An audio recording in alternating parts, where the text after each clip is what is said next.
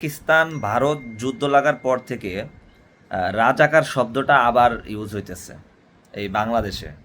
বাংলাদেশের মানুষ বাংলাদেশের মানুষকে রাজাকার বলতেছে। এই শব্দটা কিন্তু বিভিন্ন জায়গায় ইউজ হইতেছে।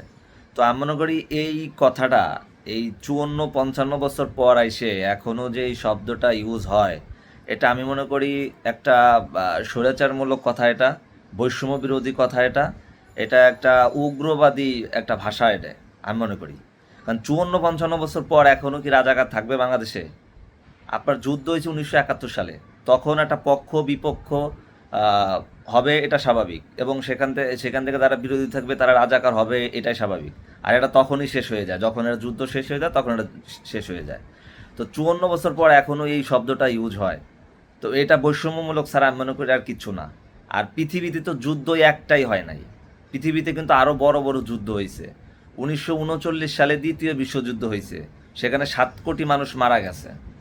সেখানে আপনার Germany, France, Italy, England, America, তারপর সোভিয়েত ইউনিয়ন, এখন যে রাশিয়া বলে, এরা যুদ্ধ করে নাই?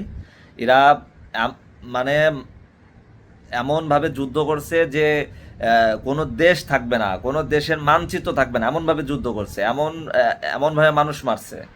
তো আপনি দেখেন যে এত হিংসামূলক, এত বিদ্বেষমূলক একটা যুদ্ধ, সেই যুদ্ধ আপনার 7 কোটি লোক মারা গেছে। তো তাদের এখন কি অবস্থা? এই ইউরোপ জোট, এখন ইউরোপ জোট সবচেয়ে বড় জোট, তো তারা একটা জোটবদ্ধ হয়েছে না? তাদের ভিতরে কি এই হিংসামূলক, এই বিদ্বেষমূলক, এই বৈষম্যমূলক আচরণ আছে? তারা এখন মিলেমিশে আছে না? তারা একসাথে থাইকে তারা পৃথিবীতে নেতৃত্ব দিতেছে না? তো আমরা এইখান থেকে শিখতে পারি না কেন? তারপর আপনার আমেরিকা, আমেরিকা জাপানের যে ক্ষতি করছে, ওই সময় এমনি জাপানের অবস্থা খারাপ ছিল, তারপরে ওই সময় জাপানে আপনার পারমাণবিক বোমা মারছে, প্রায় লাখ লাখ লোক মারছে। তো এই এত লোক মারার পরেও, এই পারমাণবিক বোমা মারার পরেও তাদের সাথে সম্পর্ক কেমন? তারা বন্ধুত্ব সম্পর্ক আছে না?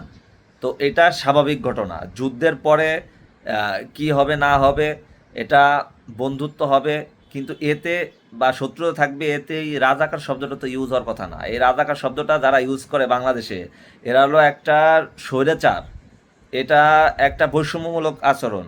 এর থেকে বেরোতে হবে। এই যারা বলে এরা এখনও সেই 1971 সালে সেই মনোমানসিকতা পোষণ করে, এরা এখনও সেই আগের যুগের কালচার আছে, এদের ভিতরে এখনও উগ্রতা রয়েছে। এই উগ্রতা এগুলো বের করতে হবে। এইভাবে বাংলাদেশের কোনো উন্নয়ন হবে না, ক্ষতি হবে না। এই এই আচরণ থেকে আপনাদের বেরোইতে হবে। আপনাদের ইউরোপের কালচার, জাপানের কালচার, এইগুলো ফলো করতে হবে। আপনার এই উগ্রতা ভাব ধরে বসে থাকলে হবে না। এখন পৃথিবী অনেক পরিবর্তন হয়েছে। আর এই সব কথা যুদ্ধের সময় বললে ঠিক আছে, কিন্তু যুদ্ধের পরে 54 বছর পর এসে বলবেন আর সেটা সবাই মাইনে নিবে, এটা হয় না। আপনারা এখনও সেই আদিম যুগে পড়ে আছেন।